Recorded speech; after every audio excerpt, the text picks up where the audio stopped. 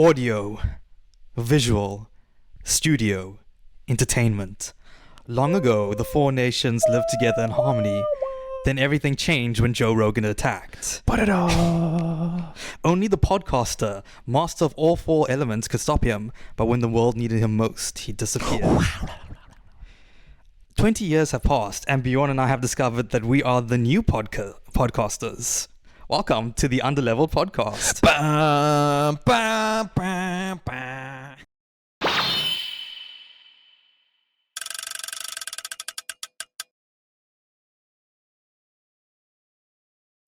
Oh, hello. Sorry. Just touching toesies. Stop it. In next time when summer comes around, because it's actually quite cold, but when summer comes around next time, we can just interlace our toes. No. No, As I don't best need to friends know do. about your only feet fetish. Dude, we get all of our Stop good it. mates around. No. And we just, No. it's like a circle joke. I'm leaving the What? podcast. This is my last episode on the podcast. Thank you. Oh, we need laughing tracks and like No, we don't. applause tracks, dude. But okay, my name is Bjorn. I'm Ushav. And welcome back, welcome to the Underleveled podcast. Woo! That is our studio audience. Oh.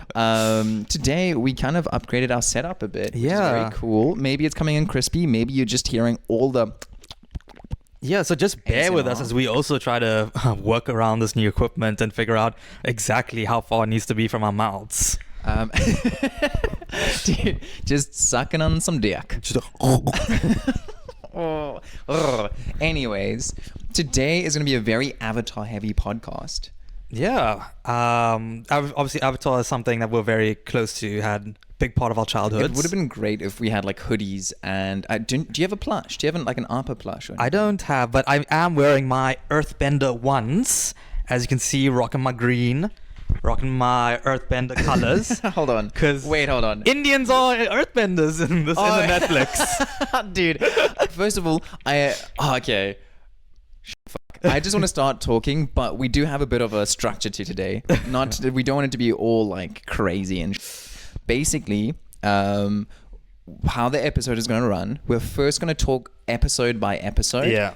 We're trying to keep it relatively structured to avoid Yeah, we just want to be jumping all over the really show. succinct and not be all over the place. Because at the end of the day, if it just ends up being like a 20-minute rant of us being like, I can't believe they changed it. It's not going to be fun for anyone. No. Maybe we'll have a good time, but then we're going to be like spent and be panting and we're just going to sit here for another 40 minutes. That like one Avatar fan who still lives in his basement, they're going to be like, these guys get it. So first we're going to talk about like all the episodes 1 through 8. Then from there, we're going to talk a bit about the visuals of the show and the general like set design and so... Sorry. You okay? I'm just so emotional, dude. And we're going to talk about the visuals of the show. And from there, we're going to go on to just have a bit of a general discussion, right? So general thoughts, maybe ratings, just anything we need to vent about. I think there is a lot to vent about. But we're going to try and There's also some to praise about. Yes. Okay. So that's the important thing. I think I've been seeing a lot of TikToks of people just kind of shitting on the show. It might just be because that's what I would like enjoy. Yeah, but also, hate sells. Yes, 100%. So I think it's very important for us to try and just keep a bit of a positive spin. It's also, you don't need to throw needless hate at the actors. At the end of the day, they are part of and they are the face of the program. Yeah, and also a lot of them are children actors. Please, let's not do this to children who are still growing up and have to be in the limelight. There is, value in criticism, but there's no value in just being like, oh, they don't know how to do anything, but I could do a better job. Which is what I was like for a brief portion of The only show. person who could say that is M. Night Shyamalan. Dude. Let's hope that this Avatar series via Netflix doesn't scar us the way that M. Night did to us. Let's not waste any more time and hop right into it. So, Avatar The Last Airbender live action. Showrunner, what's his name? Albert Kim. Yeah. Well, it is important to point out the original creators of Avatar were a part of the Netflix adaptation in the beginning. It's had a three-year development life cycle, and they hopped off somewhere between a year and a half, citing creative differences. Okay. However, some of their contributions are still in the Netflix adaptation, especially episodes 1 and 6, which they ended up writing for. Well, together with, I think, episode 1, it was with Albert Kim that they wrote it. And then episode number 6, jeepers, fucking notes, dude. It was also with someone called Uba Muhammad, who's got a couple writing credits on like other shows, but they did in fact like write a lot of those 2 episodes, and it shows. Regardless, so episode 1, right? Let's hop right in. So episode 1, what's the name? It's Aang. It's Aang. And what happens in the episode? All right, so we open up with with Aang descending, falling with style. Okay, this opening scene caused this opening scene caused a lot of turmoil, let's say, online, because everybody's like, he's flying. Airbenders can't fly. There's only 2 airbenders in the history of the canon that are able to do it. One of them is Zahir. Who's Zahir, and the other monk that also achieved enlightenment, and everybody was confused when Zahir did it, because you're like, you're not a good person. But he released all his attachment after his blue died, bro. But honestly, it's Aang falling with style, to quote Toy Story. Okay, so right off the bat, I understand the purpose of like showing the Airbender temple and so on. My nitpick would be that it doesn't really look like the Airbender temple that I imagined it would. It seemed more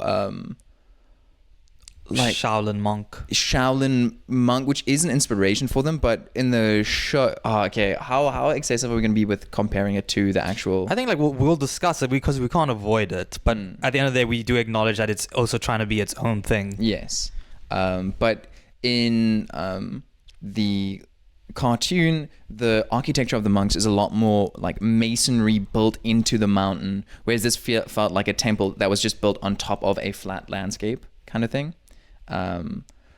But I still enjoyed it. I think it looked quite pretty. The landscape shot was really, really awesome. But I think like a constant throughout the show is that the bending can sometimes seem a bit like odd, because human bodies don't bend.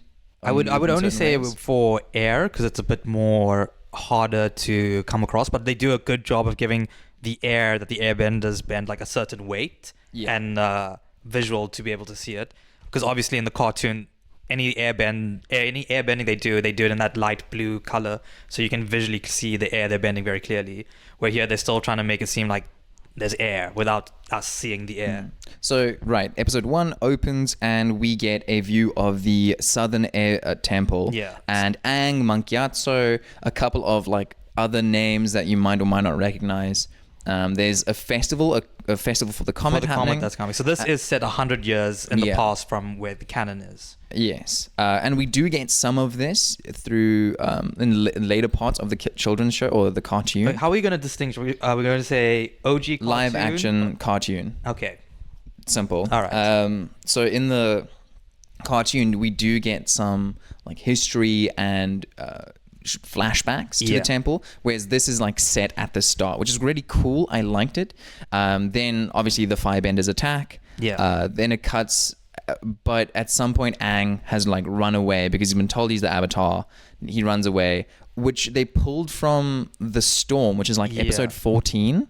So like you said, I do enjoy this change. It adds a bit more to Aang, that we get to be the first, that we get introduced to him first, instead of the Water Tribe as we do in the cartoons. However, like Aang's characterization in the first episode is not captured the same way as it is in The Storm, which is the cartoon episode where this opening scene is pulled from. Yeah. He doesn't seem as distraught to find out he is the Avatar. It's a problem of having 5 minutes with him, and then suddenly being given like an incredibly emotional moment. But I'm not invested enough in this character yet for this emotional moment to land the way it should. To be fair, this is not on the actor who played Aang. I think this came down to the writing. Yes, which is, I think we're going to constantly refer back to this, but the weakest part for me by far was the story and direction. Yes. But okay, so we get the past like the flashback of the Southern Air Temple, Airbender's attack. Then it cuts forward and we see Katara and Sokka, and we get a bit of the usual where they find Aang in the iceberg. Not yet. We go through the entire we go through the entire invasion before we cut to the Water Tribe. So then we see a bit of the invasion. We get a bit of lore. Yeah. Then we cut to the Southern Water Tribe, or Wolf Cove, as it's called, and we get a bit of the usual stuff with Katara and Sokka. A bit of exploration. They find Aang. What happens? Then they interact with Aang, find out he's the Avatar. Eventually, the Firebenders do come, led by Zuko, who then abducts Aang. Or Aang sacrifices himself for the sake of the Southern Water Tribe. And then, is that where the episode ends? No.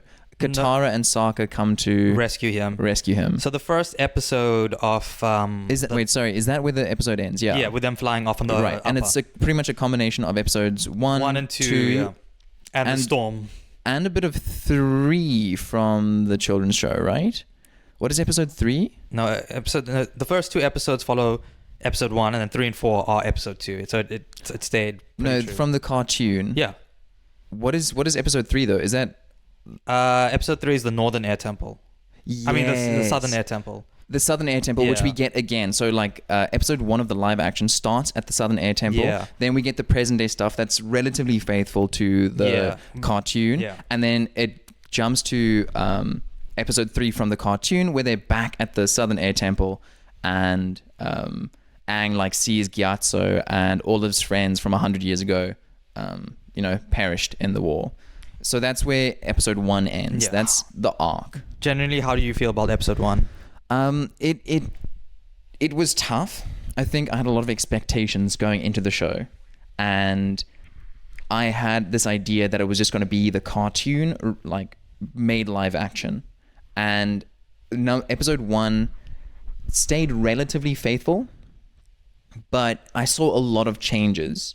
And I just struggled quite a bit to get invested. And I think I only got properly invested in the show like maybe 3 or 4 episodes in, once I'd come to terms with the fact that it wasn't the show that I thought it would be, which is just a bummer. Like, I think I was kind of just frustrated in the first episode of the live action because I kept being like, oh, this is about to happen, because I've watched the cartoon 5 million times, so I know every line the characters say and every scene that happens. And then I'd be like, oh, that it didn't happen that way. Also, the exposition by the fucking grandma. Gran Gran does the opening instead of Katara, and it's also jarring. It is very jarring. And it's just delivered in such a boring way. Yeah. And I was just like, well, cool. Thanks for that, I guess. She really just felt like she was just reading, like the script was right in front of her and she was just reading. Yeah, so bit frustrating, and it was like, it was a bit of a shock. I struggled a bit with episode 1 for sure. I think especially in the early episodes, I was able to divide myself and watch it as its own thing and not to try and constantly compare it. It got a bit harder as we went through the rest of the season, but I enjoyed season 1. I think it was a very good opening. I think if someone who's never seen the Avatar before was to watch the episode 1, I think they'd get invested in it. Okay. I think my biggest complaint from it was when the Fire Nation attacks. So if you watch the series, Sozan's comment powers up your firebending. It does not look like their firebending was powered up at all in that scene. Once, like I said earlier, the bending, it has moments of looking very cool. I think firebending looks the best in the show by far. Airbending is decent. The bending that needs to be more solid. It's like earthbending and waterbending. I thought the earthbending was pretty good. I think it was okay. I think it goes like fire, air, earth. Water was by far the worst. Like, water's tough to animate. No shade to the animators. That's a lot to do. I think they did very well with all the bending. I've seen like water and ice bending and things like X-Men. Wait, Hushav, hold on. Do you remember the fight with Master Parku? I like that. I thought it was decent. Okay. I have opinions, but we can talk about episode 7 when we get there. Yeah. But overall, I think it was a pretty solid episode 1. Yeah, it's also one that Brian Konietzko and Michael Dante DiMartino had a fair hand in. So I think it did what it had to do, and it did it relatively well. Oh, also, if anybody remembered, we talked about how they removed feminism. Not feminism, sexism.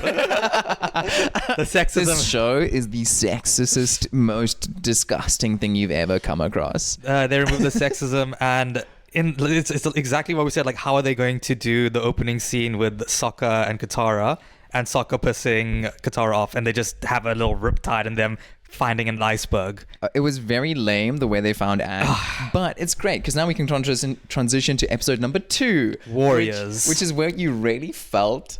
Okay, so episode 2 is called Warriors. It is pretty much an adaptation of the Kyoshi saga, and it's like it's all done on that island pretty much. Like they arrive at the island of Kyoshi. There's a whole thing with the village. Zuko and his firebenders follow them there and eventually find them. Oh no, it wasn't Zuko. It was General Zhao. Yeah, finds Zuko them. gets there second. Yes. Okay, and eventually the episode ends with them leaving the island after having had this fight. There's a lot that happens in this episode. I want to start with this first, please. In the cartoon, they get like kidnapped. So when Team Avatar lands at the island, they get kidnapped and like they essentially get completely it's a one-sided battle against the warriors of Kyoshi. Squad wiped. They get squad wiped by the Kyoshi warriors. And Sokka is like so offended, and he's like, "Oh, I can't believe these girls did it. Just wasn't ready. I just wasn't ready." Okay, and it's the whole episode involves the whole like Sokka's arc for this episode or this section of the cartoon is about him discovering, oh, he's not all that, and he gets humbled by Suki and the other Kyoshi warriors, and he learns to be a bit more humble and learn from people that are better from him. Yeah. Okay, but in the live action, they remove all that. Suki's a peeping Tom, dude. Sokka is changing, and Suki is just like some poorly socialized child that spies on him, and whenever he's alone, she just pops up next to him and is like, oh, hey. It's just like, what the fuck happened? You took Suki, who's meant to be this like really good warrior, and turned her into an antisocial, like kind of pervy dude. I don't get it. I wrote in my notes when I was watching it, when Sokka and Suki are together, the show turns into a CW show. Actually, Hushab, I'm so glad you mentioned that. The one thing I wanted to communicate while recording this episode is the fact that they said they wanted to take the cartoon and turn it into more of a Game of Thrones-y kind of thing. And I was thinking about this the whole time I was watching the show. If you try to take a children's cartoon, children's being like a poor choice of words maybe, but it is a cartoon, and you try to age it up and turn it into Game of Thrones, along that path is like Teen Wolf and Vampire Diaries. Like you can't make that jump. It's just like you hit like they along that path you just end up at CW, and it ended up looking a bit more like Teen Wolf. It looked like Vampire Diaries. It looked like all those shows, and I was like, wow, how the fuck did we end up here? Okay, we'll give it a bit of credit. It looked better visually than those shows, but there are like parts where, like I said, especially Sokka and Suki, it's a CW show. I'm watching a CW show. It was a bit tough to watch. Once again, like I actually liked excuse me, I'll add this in post, but the actor that plays Sokka, I think, did generally quite a good job. And I actually quite enjoyed Suki's actor as well. Oh yeah, I like. People are thirsting over her on TikTok. I will say that. How old is she? She's 24. Okay. But I think she's a Polish Chinese actress. Regardless, that was the biggest issue for me that episode. It exemplified the whole issue around making characters more one-dimensional and reducing them for the sake of speeding up the show. Yeah, like we stated in a previous podcast, how important it is to showcase Sokka's sexism. By taking that away, it doesn't have that element of Suki coming in and humbling him. Like, Sokka comes into it being like, oh, I want to learn from you guys. Where before he had to be forced, like you said, into acknowledging that they are better than him. Yeah. So it kind of really ruins Suki's character. And she doesn't have as much as big an impact as she does in the cartoons as she did in the live action. Okay.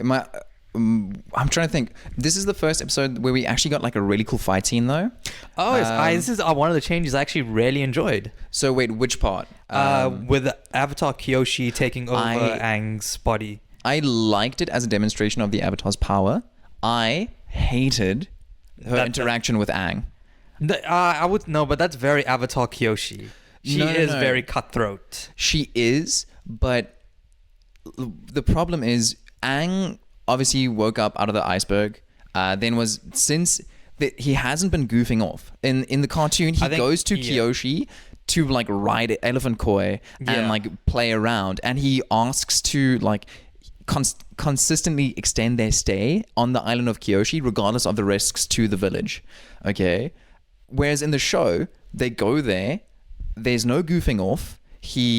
They're constantly researching in the statue of Kyoshi. It's like he's literally not been goofing off at all since he got out of the iceberg. And then she comes to him and is like, you abandon everything. She shits on him as if he is currently still doing that. Yeah. And it's just, it felt a bit unwarranted. I was going to save that till after we talked about the 8 episodes to talk about characterizations. But okay.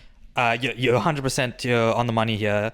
A lot of the time when Aang gets chastised for stuff, which he would get chastised for in the series, the cartoon, he gets chastised for those same things in the live action without doing those actions. Yeah, because in the cartoon, he is a goofy kid, and it's like, there's 2 parts to every character. So for Aang, it was, he is a kid. He is 100% a child, 12 years old with this crazy amount of responsibility, and it's about him coming to terms with who he is and his responsibility. It's like 2 sides of the same coin. Yeah. In the live action, we haven't seen that. Aang has not been goofy. He's just been so like serious. Anytime he opens his mouth, he like he's giving a speech to inspire people or like be very somber, and it doesn't match at all to the level. Like Kyoshi tore him apart. She was very, very hectic. I think I'm gonna save for my characterizations of Aang to the end. I think we'll carry on now. Yeah.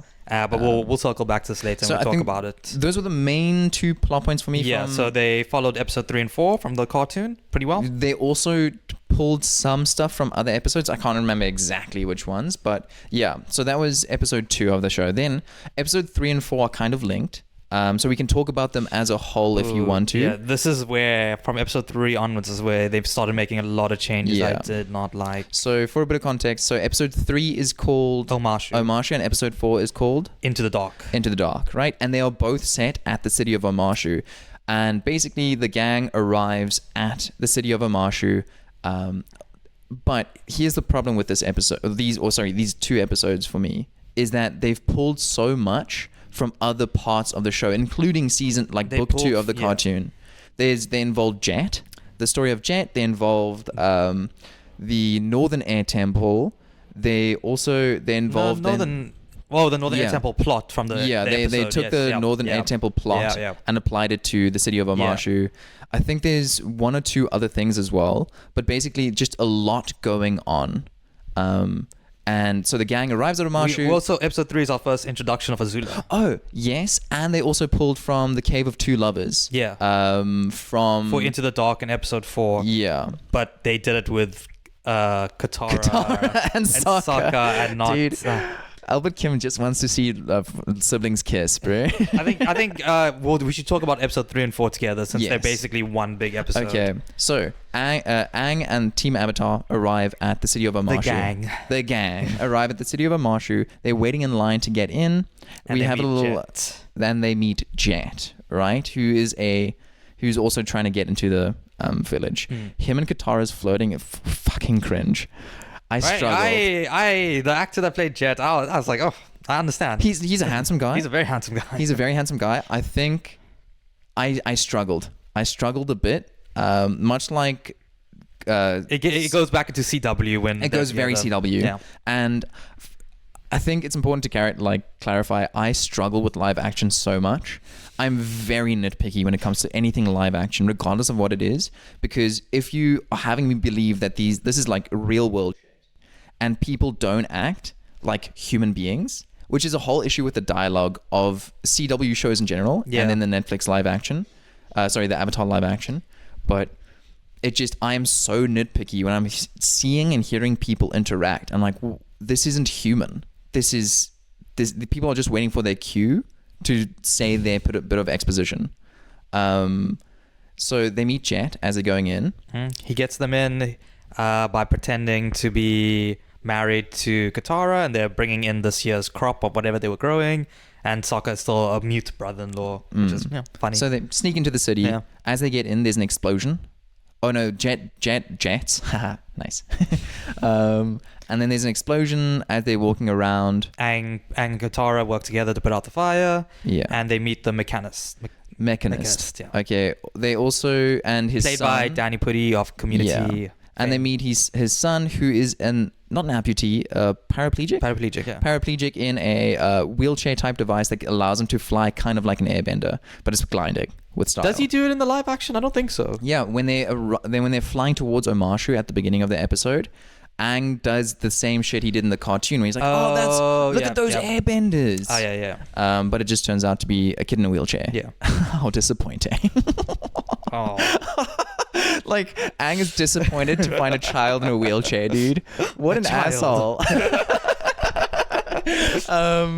So yeah, and then across these two episodes you have a whole bunch of different storylines, right? You have Katara and Jet having their whole flirtation, him turning out to be a terrorist, Katara meeting the freedom fighters. Yes. Then you have Sokka and working with the Mechanist to develop. I actually enjoyed seeing that. I thought it was very it. good. I think it was quite cool. The actor who plays Sokka is a very good actor. Yeah. Oh, controversy notwithstanding what he did.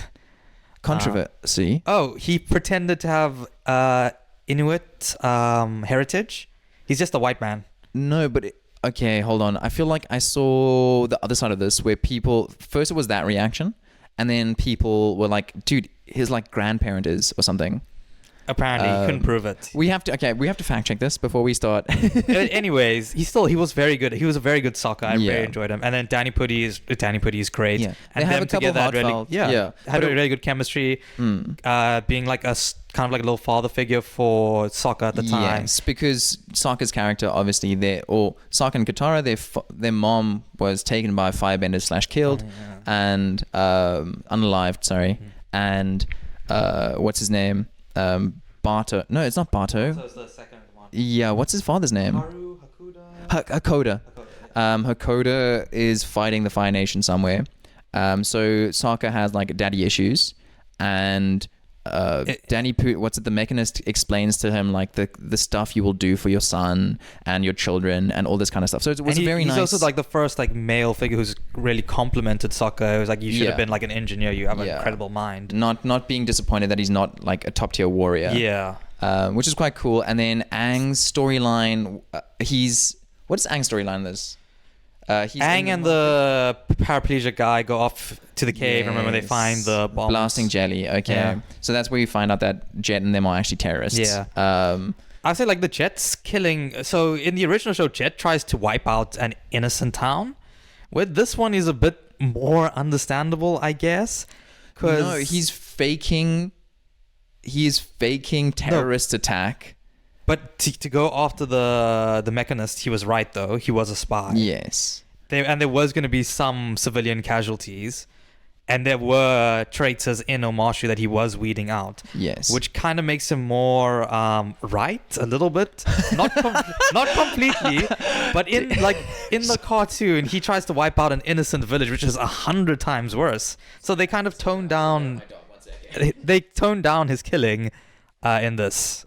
So yeah, I didn't like that change. I think it was more important to see how earthbenders or people who've been affected by the Fire Nation have been like pushed so far that they're now going nearly full circle and turning into the Fire Nation themselves, and hurting innocent people. Yeah. Where this is him trying to play rebel and doing Wait, hold on. Wasn't the whole point of Jet? He was because Omashu wasn't partaking in the war, right? Yeah. So was the whole point to like essentially take care of the spies, the Fire Nation spies in Omashu, but at the same time also fake terrorists attack to get the people of Omashu to rise up against the Fire Nation again. Look, his plans weren't very clear. They weren't very good. Dude, but the fact that we're arguing about this, like, but I think, yeah, other than that, Jet shouldn't have been there. I don't know why they try to ram so many things into Omashu. yeah. So that tied into the other storyline of Sokka with the Mechanist, because the Mechanist was actually a spy, but he was doing it to protect his son and all that kind of stuff. Omashu, because apparently Right.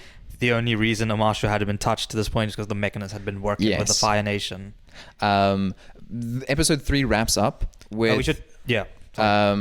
like Jet and his gang, the Freedom Fighters, swapping out the Mechanist's like a suitcase as he's going to meet with the like the king of Omashu, and like blasting jelly, and then they're gonna blow up the Mechanist and the king at the same time with a well-placed arrow.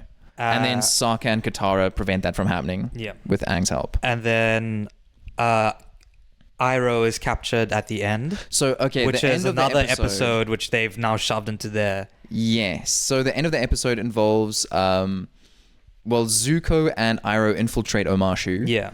And what happens is they see Aang, and then Zuko and Aang have a whole big fight in the marketplace, which I actually really enjoyed the fight. I need to, like, it gave me strong classic Jackie Chan vibes with like Aang using a whole bunch of like environmental things and lots of back and forth. Very cool fight scene. A lot of the fighting scenes in the live action are done really well. The choreography, the choreography is done very, very well for the most part.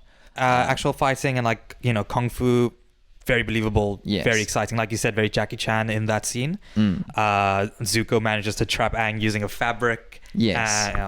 It was and it was through the marketplace using a lot of the like environmental objects, that kind of stuff. I really enjoyed it. And at the end of the episode, obviously everyone's been like fleeing and whatever the fight. And everyone's been seeing a firebender in the marketplace. So what happens is, as the guards of Omashu are coming to arrest the people causing the like commotion, Iroh distracts them by firebending and pushes Zuko away, but the Earthbenders also then catch Aang because they think he's part of the kerfuffle. And that's where the episode ends. Yeah. And then episode 4 is just a continuation of episode 3, and we finally get introduced to Boomy. Boomy is a big problem for the live action series. They turned him into a piece of shit. Not just that, but what is the name of the episode, by the way? Into the Dark. Into the Dark, yeah. yes. Boomy in the cartoon is such a goofy character. Yes.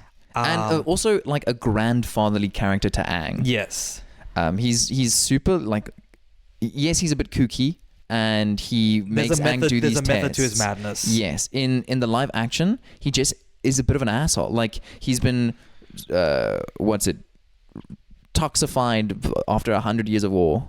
Yeah. Which actually I didn't mind that change, especially for the end of the last scene of the episode with him and Aang fighting, and Aang is preventing him from being crushed from a rock, and he's going and he gives a big speech to Aang about how you're gonna have to make hard decisions. And he's like, "Look at me, like, do you know what I had to do over the last 100 years? I had to decide, does the orphanage get the last scrap of food, or do the soldiers get the last scrap of food to defend us?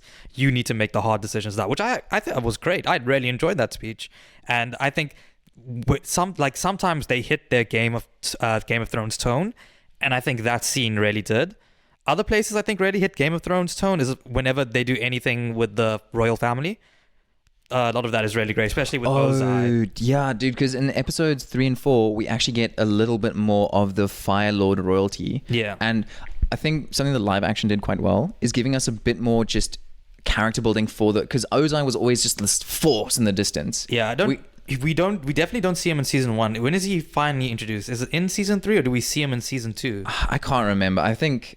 But I know 100% we never see him in season 1. He's always behind his curtain of fire. Yeah, exactly. But in the live action, we're getting a bit more... Also, Daniel Day Kim is gorgeous. Just a gorgeous human being. But He Fire- seems fi- too fatherly. I don't know about you, but he seems too kind. Especially to Zuko, which we'll get into in later episodes and talk But there is a bit more character building, and we get more interactions. We see a bit more of Azula, we see a bit more of Zuko and emotion. Dude, again, what the fuck are they doing with Azula's character? Dude, she. Okay, we're like we're going off to we'll Yes. get all Okay, this, but so episode 4 Into the Dark, they pulled from season 2's episode shit. the tunnel. What's it? Something tunnel. Uh, Secret tunnel. The secret is it just called the secret tunnel? I think so. Okay, because You know what I'm talking about, though. we see the hippies. They guide because Sokka and Katara are trying to save Aang by Yes. sneaking into the Omashu's palace. which is, by the way, in terms of costume design and location design, I think it was one of the best in the show. Very nice fusion of the Avatar's Earth Kingdom and actual Indian culture. Yes, it was very pretty, and I enjoyed it. But that's kind of where it ends for me. But so Katara and Sokka are trying to sneak into the palace to rescue Aang. At the same time, Aang is being put through the challenges by Boomy. well, before that, we have a little conversation between Iroh and Aang in the prisons because they're in cells next to each other. And there's actually a beautiful fucking moment that I really enjoyed from this particular episode. And it's where Aang is like, Zuko doesn't understand sacrifice. Which is such a constant thing that irritated me throughout the show, is people saying they Zuko don't doesn't. understand sacrifice to like Zuko or to Iroh. Everyone was saying it to each other, and everyone is having a fucking shit time. But so Aang goes off at Iroh about Zuko not being like not understanding sacrifice or whatever. Which then cuts to the scene of Iroh at his funeral of Luten. Yes, and the only person being genuinely kind and loving to him is Zuko. But Genuinely, okay, we'll get to it. Yeah. so my specific favorite moment of this episode, right, episode 4, was where Aang says all this shit to Iroh, and then Iroh says, on the contrary, it is I who owe him, or Aang is saying that Zuko owes Iroh so much, all this bullshit, and then it's like, on the contrary, it is I who owe him far more than I can ever repay. And as he's saying this, Leaves from the Vine is playing quietly in the background, and I was like, oh, motherfuckers.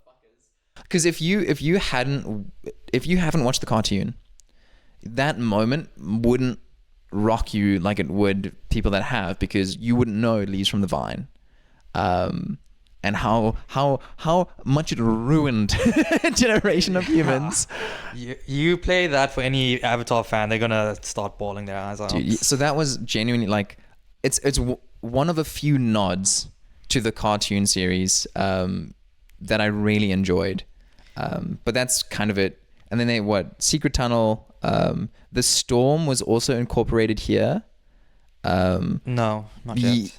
Yes, it was, because in the storm, The storm is Zuko. We get Zuko's backstory, yes, which doesn't happen for another 2 episodes. Yes, but in the storm, right? There's a moment where, so this is another cartoon series where Zuko and his ship have just entered the eye of the storm, are in the middle of the storm on their ship, and they see the Avatar flying, and he has to choose between either steering the boat towards safety or still pursuing the Avatar, even though it would risk the lives of his men. Yeah. And in the live action, he has to choose between saving Iroh, who's now been moved to a different prison, or going after Aang. Yeah. So they kind of moved up that choice, which I didn't enjoy, because we haven't had enough character progression for that to once again land as much as it should have. I think The Storm is such an important episode in the cartoon, and they took elements of it and they inserted it in all different places along the live action, which it doesn't work as well. I would have preferred having its own episode, 30 minutes in one of the episodes where you do The Storm more or less shot for shot, and I think it would have made the live action show so much better, and would have given so much greater context to Zuko and Aang. Yeah. So to round out episode 4, which is also the halfway point of the season, we end up with Omashu rejoining the war effort, and Aang and the gang moving on to, where do they go next? They're still traveling along, but this is when we go to episode 5, Yeah. Spirited Away, and the burnt down part of the forest. Before we continue, is there anything else you wanted to... So I was going to say, in episode 4, you said that made you emotional. I think the Luten funeral and Zuko comforting Iroh made me very emotional. Yes. Because it's the first time, you see the compassion that Zuko has. Yeah. And also Luten is such a great character, and you never get to see him in the cartoon, and I hope they keep that in live action. He looms so huge over both Iroh and Zuko, and is such an important part in both of their characters' journeys. So I hope they continue to use Luten the way they have. Okay. I don't think we need to see Luten in the live action. Yes. I think he's a good plot device, Yeah. I guess. I will say by this point on the show, I was getting more into it. I was able to separate it more from the cartoon, but I started just struggling a lot more with character changes, I guess. Iroh was such a good peacemaking device. He talked in riddles, and he was jovial, and he was pacifist. He was such a soft-spoken character that just... He didn't force his will upon people unless absolutely pushed to it, right? He tried to encourage people to make decisions for themselves and so on. But up to this point, he's just been way more a force, I get. Just something not characteristic for him. And the only nods to him being a jovial human being is fucking, Jasmine tea. Every time they cut to him, he's like, Jasmine tea. And I'm like, dude, that's such a... I lazy. think this comes down to the writing, not the actor. Exactly. Yeah. But he is the guy that plays Iroh is from Kim's Convenience. Yeah. And I just see comments of people being like, it's so tough not to hear him being homophobic or something.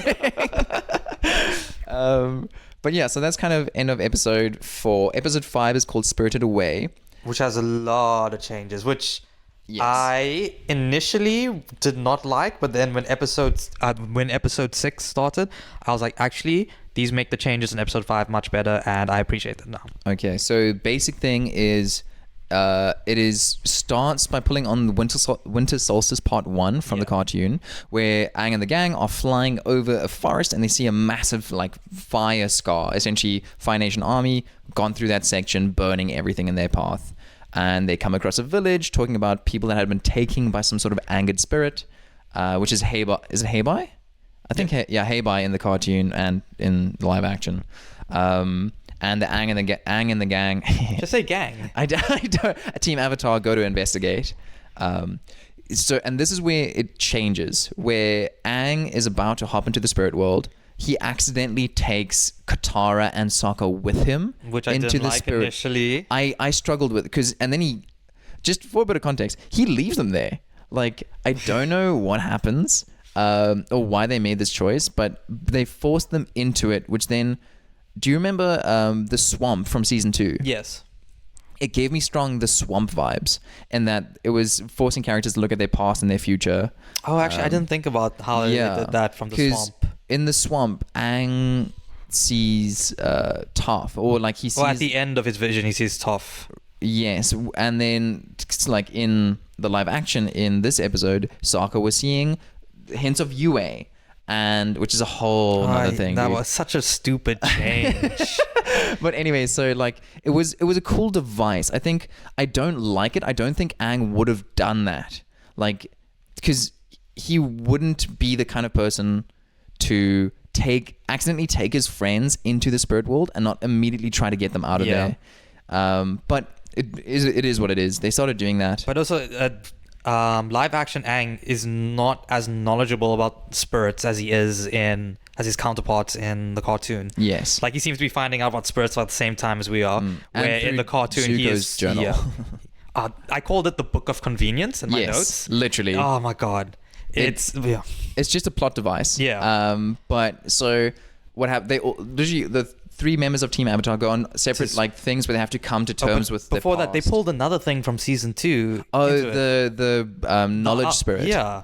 So are we not going to get the desert library now in season 2? I'm very curious to know. And then they pulled from, is it season 2 as well, with what's the face stealer?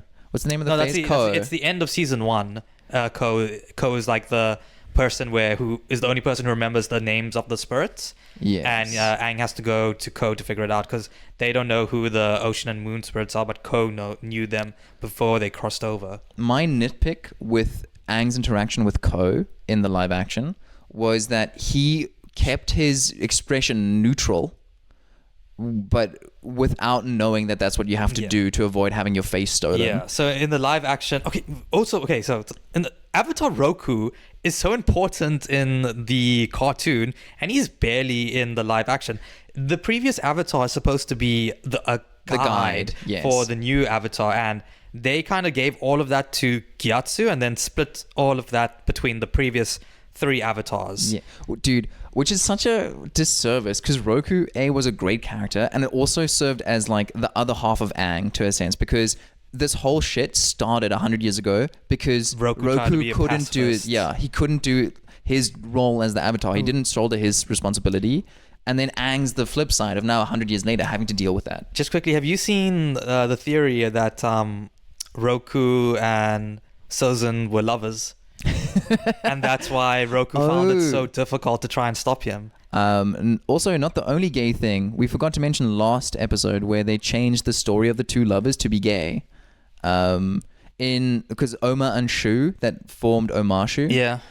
They turned it was a man and a woman in the original cartoon, and then they changed it to be 2 women in the look, it's whatever. And it's like it's just a small change. And I was like, interesting. Yeah. I really hope they go with the canon that Roku and Sozin were lovers, because it makes so much more sense why he couldn't stop Sozin.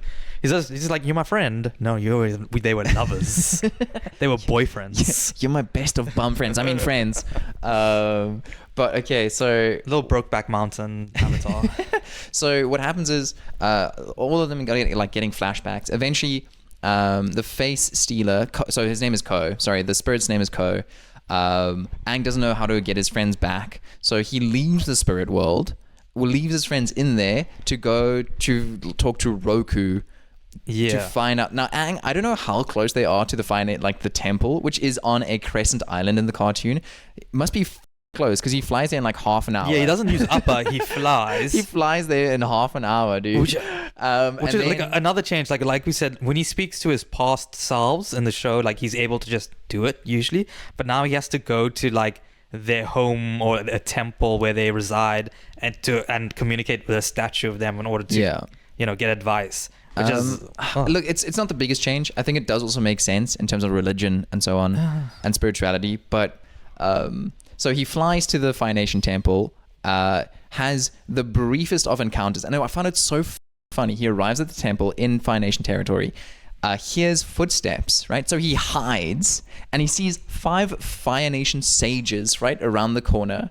And then he's like, I don't know why he hid, first of all.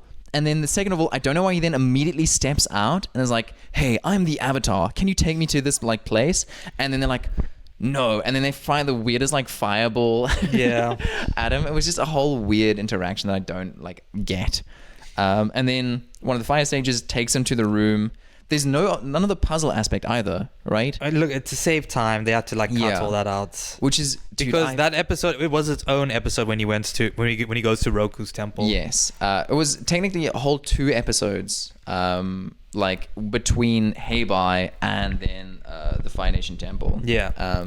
So that's the whole thing. He talks to Avatar Roku. First time he meets Avatar Roku, supposed to be his guide, episode 5. Doesn't mention anything about Sozin's comment returning. Yeah. Which is, they haven't mentioned it at all. Except for the first episode where they mentioned a comet that has powered up the firebending. Right. But then from then, nothing else. Oh, until the end of episode 8. Yeah. So then Aang goes back to Ko, rescues his friends, and that's the end of the episode. And it's like, I think the lesson he learned was that the only way for him to save the world is with the help of his friends. Yeah. Like the power of friendship, I guess. There was something else in this episode that really bugged me, and it comes back to our initial criticism of the Aang character in the live action. Yeah. Gyatso tells Aang, it's not your fault. You need to stop blaming yourself for everything that happened.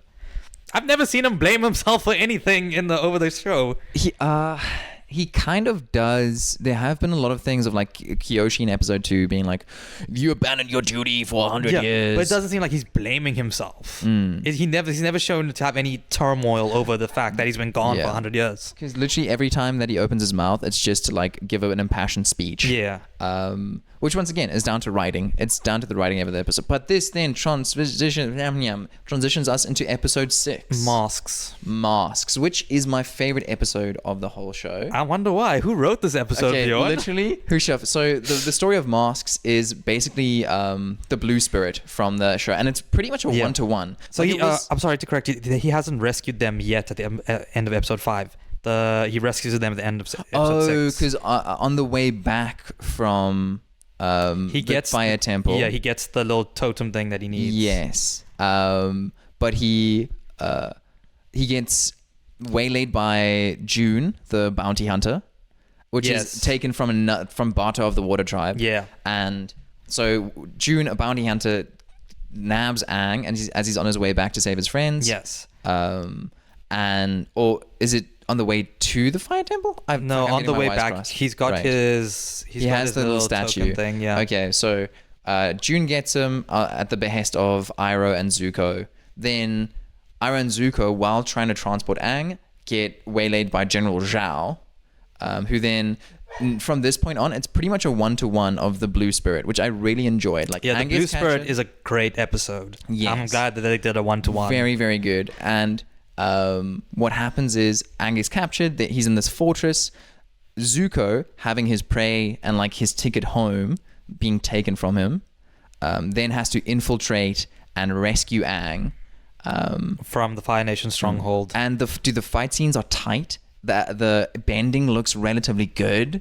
I liked every part of this episode. And what was my I'm trying to remember, what was my favorite thing from this episode again? I think while you let Jesse back in, I'm just going to say some stuff. So episode 6. So if we're looking back at the cartoon, the reason why in the cartoon Aang had gone off by himself without Katara and Sokka is because they had gotten sick and he was out looking for some medicine for them. So when he gets captured, it's not as important that he gets back to Katara and Sokka straight away. But this is the change they made was in episode 5, they've been captured by Ko, and Ko is preparing them to eat them because it's his food. So him getting captured and him being so frantic and pedantic in this episode, because if he doesn't get back in time, his friends are going to die. So I really ended up enjoying that change that they made with taking Katara and Sokka into the spirit world, because it added more what's the word I'm looking for? Not gravitas, but importance, I guess. Agency. Yes, agency. Thank you. In the cartoon, you always feel like, shit's happening. Like, we have to move. We have to learn the elements. We have to do all these things. And there hasn't been as much. Yeah. I don't feel the pressure on the Avatar team. Yeah. But so anyways, yeah. So Zuko and Aang are for the first time teaming up together to get out of the Fire Nation stronghold. Yes. And so the fight scenes and the choreography and stuff coming out is pretty one-to-one. I'm so stoked they did it that way. I wonder if the actor who played Zuko was in the mask or if it was someone else. It would be very cool if he was in the mask. But end of the episode, essentially, so Zuko's gone and done this by himself without telling any of his crew or his uncle. And then they escape. So Aang and Zuko then escape from the prison together. Some stuff happens, whatever. Okay. Aang goes back to his friends. Zuko. Sorry, just a small thing. Throughout the episode, we're getting the backstory of Zuko and his scar. Right. So it was a whole thing of Zuko disrespecting one of the generals at a council meeting, and then him having to fight an Agni Kai against his dad, who then scars him. Which is so weird, because in the war meeting, his dad seems more fatherly, because he actually asks Zuko advice. Exactly. Where in the live action, Zuko's just kind of supposed to be there to observe. Well, he wasn't supposed to be there in the first place. It's reversed, right? So in the cartoon, he must just be there to observe. In the live action, his father's trying to encourage him. His father has actually invited him to the war meeting also. because there's a whole big thing in the opening of the scene where he's putting on his Fire Nation uniform for the first time, and Iroh's coming in. Is like, I remember my first war console, and yeah, so it's very weird because they're changing the relationship between Azula, Zuko, and their dad, and I think it's for the worse and not for the better. Okay, so whereas, yeah, I see where you're coming from for sure. What I was going to say earlier about, so we're getting the backstory, right? Yeah. We're understanding the scar. Yeah. And once again, there's an instance of one of the crew members of Zuko's ship saying to Iroh, like, because Zuko's like throws tantrums and can be a bit of a dickhead to his crew, and then the crew's like, he doesn't understand anything. He's just a spoiled prince. He doesn't understand sacrifice. Once again, Cut to his backstory where he understands sacrifice. Yes. But basically, it's important to note during that war council, what Zuko criticizes from the general is using a regiment of the army to act as essentially sacrifices Bait. and act as bait for an onslaught against some other fortress or city.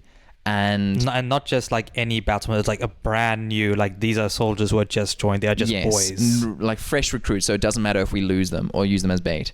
And Zuko took offense at that and said, this is not what the Fire Nation should do, all that kind of shit. And that was I think the 41st Regiment, which is important to, yes. Cut to modern day, Zuko's like breaking Aang out of the prison. The sergeant or whatever, the captain in charge of the boat is talking to Iroh. The lieutenant talking to Iroh is getting this backstory about Zuko. And we find out as viewers that the crew members of Zuko's ship are the soldiers that should have been sent to be sacrificed. So Zuko essentially saved them through his kindness and his... Which is a nice change, but it wasn't Zuko saying, give me the 41st. It was his dad just being like, oh, since you care so much about the 41st, why don't you take them with you? Because for the first time ever, we see, which I liked, we saw the banishment scene of Zuko actually being told he's banished, which is a very great scene. It adds a lot to both Ozai and Zuko. It's just something is missing in the original because we don't see Ozai, I think, in the first season at all. We don't see if there's any emotion attached to the banishment. Yeah. But the reason I like the moment so much from this episode is because it's what I wished the show had been. So this in the cartoon, we aren't given this backstory about the 41st Regiment. We just know that he has crew members. Nothing like that. And when Zuko in the live action gets back to the ship, they're super respectful, and like you can see him almost crying because they're showing him respect and calling them their prince. And it adds to the show. They took what was in the cartoon, and instead of putting their mark on it by changing around plot points, they added to the world, which doesn't happen much throughout the show. And then I was like, oh, I really, really like this moment. Who wrote it? I think it was really good. And that's when I went in and I was like, oh, it's from the original creators. That's why I really enjoyed the episode. Yeah, look, a lot of the Fire Nation and the Fire and the royal family stuff hits the tone, I think, what they were trying to go for a lot of the times of that Game of Thrones-esque. Because when we see Ozai, he is burning people alive. He is being pretty bloodthirsty, more or less, which is great to see, and he gets the visuals that you'd want from a Game of Thrones-esque show. But yeah. Okay, so that's pretty much... So episode 6 is my favorite. I really enjoyed episode 6. I think it did a pretty good job staying faithful. Zuko and Aang having their little conversation in the hut, which really is good. No, I don't like it. It starts because they're supposed to have a big brother, little brother relationship. Yes, but it could have been really great if they'd been more subtle with it. The big issue with the dialogue in the entire show is that every single character explains every single thought and every single emotion. There's no subtlety. It's like, hey, I did this because I feel this and I think that. That's how every single piece of dialogue goes, and it's exhausting. I think because Netflix believes that media literacy is dead and you have to explain everything. It felt insulting to have no subtlety in the way that characters interacted with each other. In the cartoon, what happens is after they as they're escaping, Zuko gets hit in the head with an arrow. It just glances him, so he gets knocked out. Aang takes them both into the forest, and as Zuko is waking up, you just see a sad Aang being like, "Hey, do you think we could have been friends if we'd been born 100 years ago or something?" And it's subtle, and it speaks a lot to just Aang's sadness around the war and all that kind of stuff without having to explain, hey, I'm sad about the war. Do you think if the war hadn't happened, we could have been friends? I think that would have been that's too much, and that's what they did in the live action. Whereas in the cartoon, they just left it at, do you think we could have been friends? Which, that happens all the time in the yeah, but that's episode I'm with 6. you. I can't agree, but I like the interaction between the two actors. Mm-hmm. It did give me a very big brother, little brother before Zuko had his little freak out. Tantrum, dude. Yeah. I enjoyed the scene, obviously more than you did. But yeah. But I think before we move on to episode 7, there's one thing that I want to talk about. I know I've been waxing lyrical about how great I think the Fire Nation family scenes are, but there was one thing I did not, and that was the Agni Kai.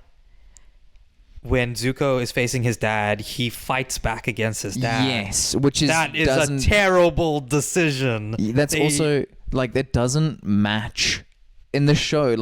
Part of why he's banished is because he completely submits and doesn't move a muscle against his father. Yeah, he bows down to his father and asks for forgiveness. Yes. He does not fight back at all, and it's a big part of why his father hates him. Yeah, it's too much weakness and submissiveness. Yeah. Whereas in the live action, he fights. Which, back. Cool choreography, and we got a bit more. And it was very personal, watching his father sear his. But it didn't make sense. Yeah, Zuko reveres his father. He loves him so much. He could never imagine raising a hand to his own father. So, and that's very important for his character, especially come season 3 time, where for the first time ever he raises his hand to his father and redirects lightning back at him. Yes.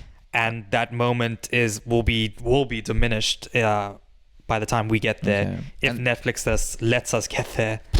Who knows? But okay, moving on to episode number 7. The North. This is where they arrive at the Northern Water Tribe. I think I'm trying to it wasn't all that crazy of an episode, truth be told. No, there was nothing like a calm before the storm type thing. Yeah, it's definitely where I took the least amount of notes. Dude, okay. So basically, they arrive at the North. There's a lot of admin. Katara and Sokka training. It's just a lot of character interaction. The two standouts, I guess, are Master Paku and Yue. So both of their wigs and the makeup is so. Look, props department have a tough job.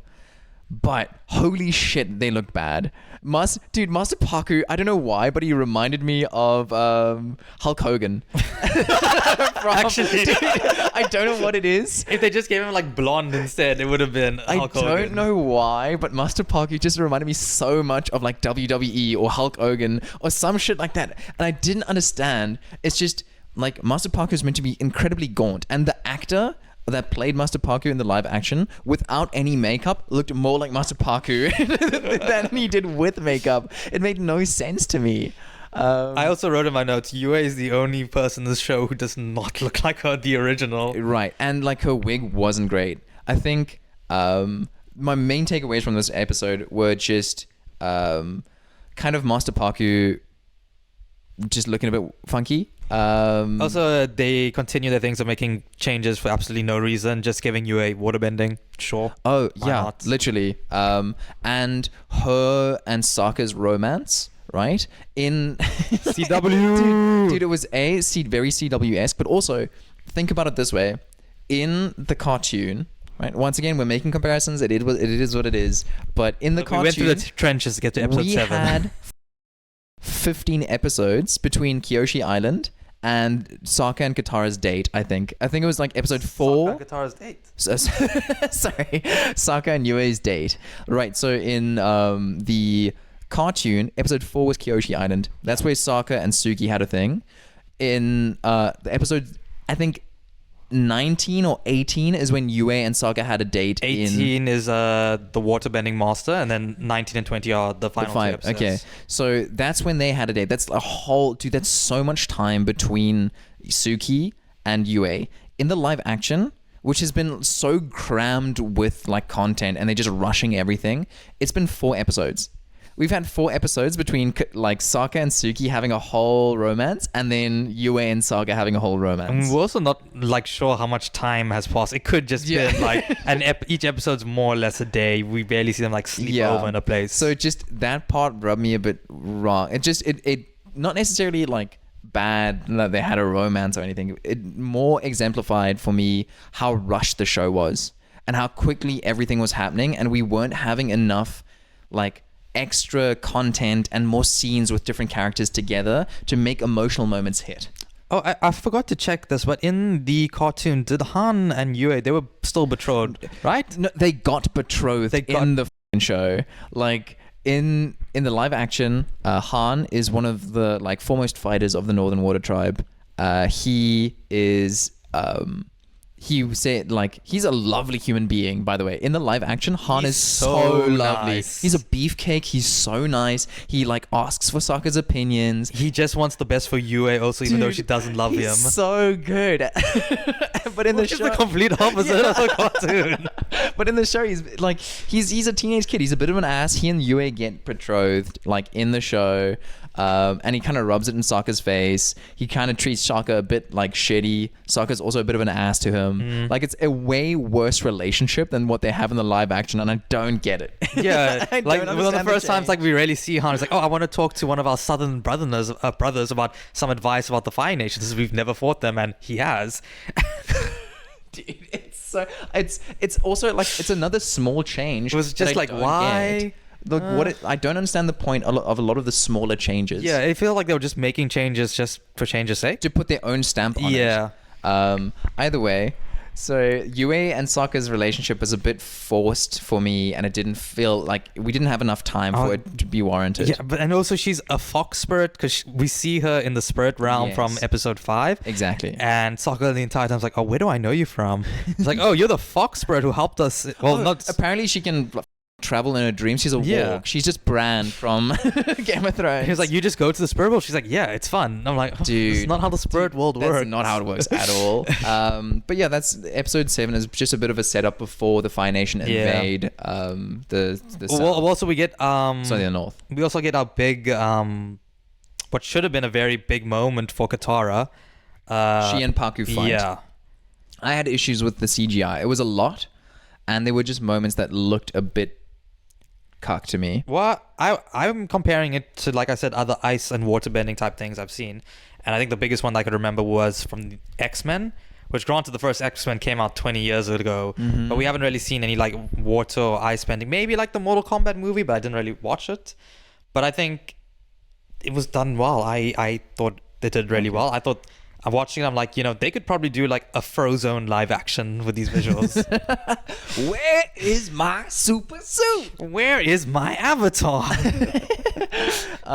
So yeah, nothing too much to speak over. Just a couple of nitpicks, truth be told. Also, we completely do away with Gran and Paku having been which also worsens Paku's character because in the cartoon he is on the precipice again when he notices Katara is wearing Gran's necklace, which is what he made for her, and Gran was at the Northern Water Tribe, and he comes to the realization he can do the same thing again and lose somebody incredible, or he can learn from his mistakes and become a better person. So I did write down here because I watched this episode mostly after your little shindig. And I was a couple beers deep, right? And I wrote here, I was like, it's a lot easier to watch with like a couple beers at me. Because I wasn't thinking too much. I wasn't thinking too hard. When Netflix, and like, which is probably good when Netflix isn't like, there's no subtlety, there's no like, they're just forcing all the exposition onto you anyways. So it's easier not to have to think. It's dumb juice. Yeah. So like, if you're old enough, have a couple beers, then watch the show.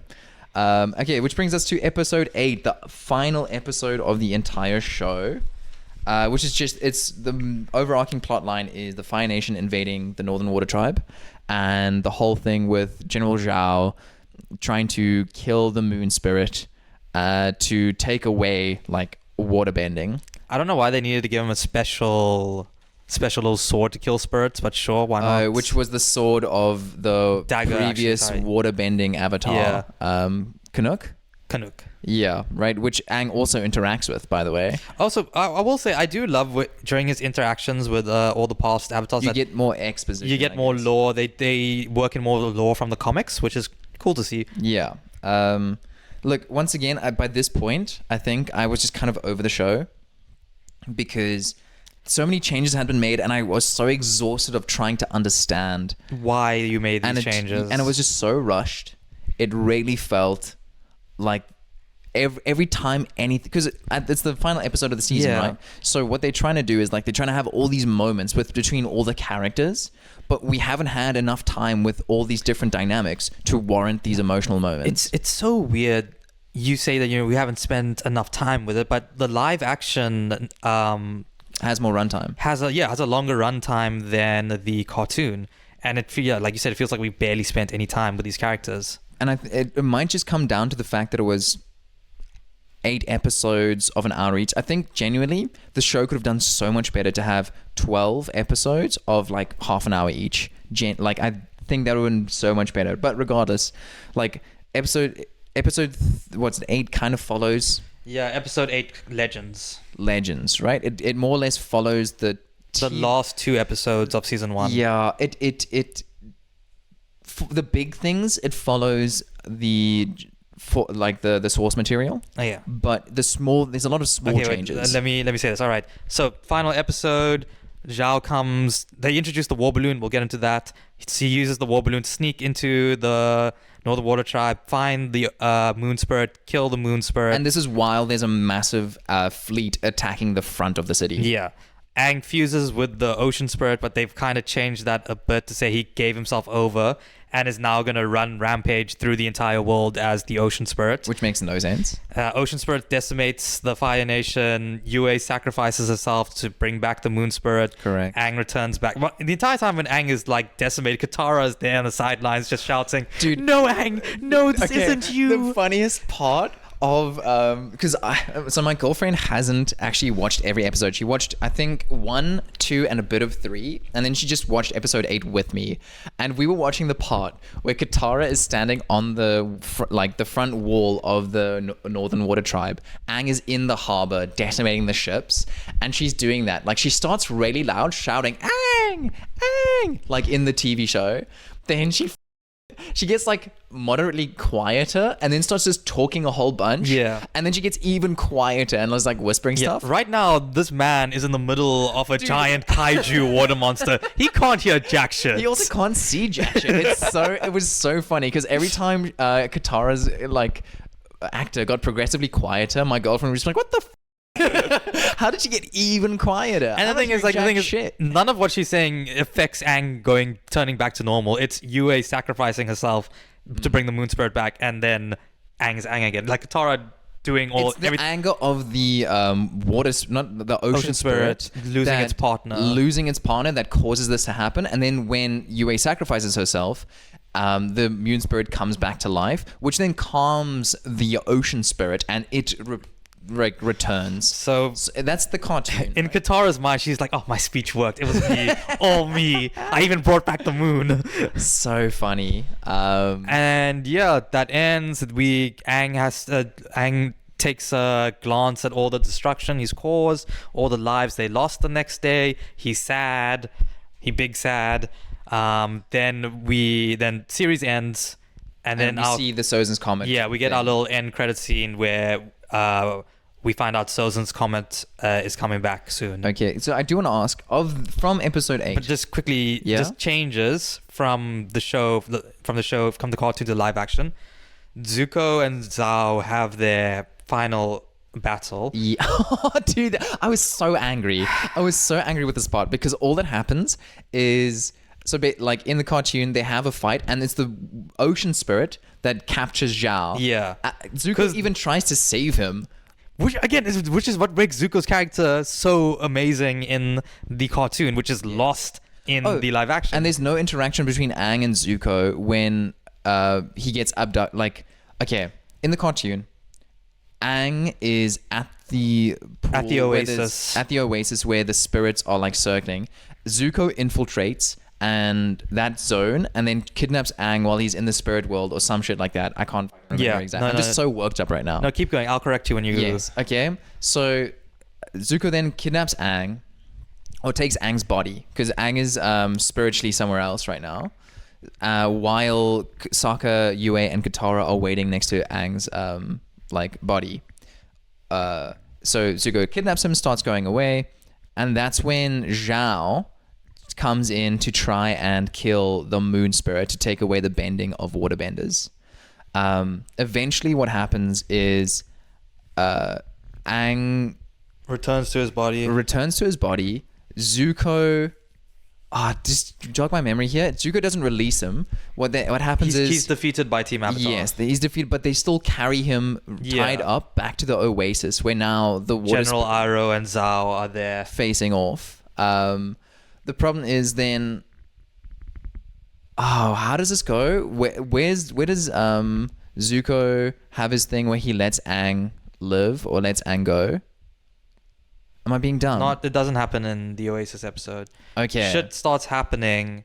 Everybody is running for their lives. Yes. And Zhao and Zuko at some point have another face-off. Yeah. So in the cartoon, after the moon spirit has been killed by Zhao, Aang gets taken over by after the moon spirit is killed, Aang gets taken over by the ocean spirit, then starts rampaging. Yeah. Iroh stays with the gang. Yes. And Iroh is the one that figures out that, you have a piece of the moon yes. spirit in you. It has to be you who brings her back. And now where she sacrifices herself to rejuvenate the moon spirit, it's so much sadder, her interaction with Sokka, because we've had 4 episodes of them together.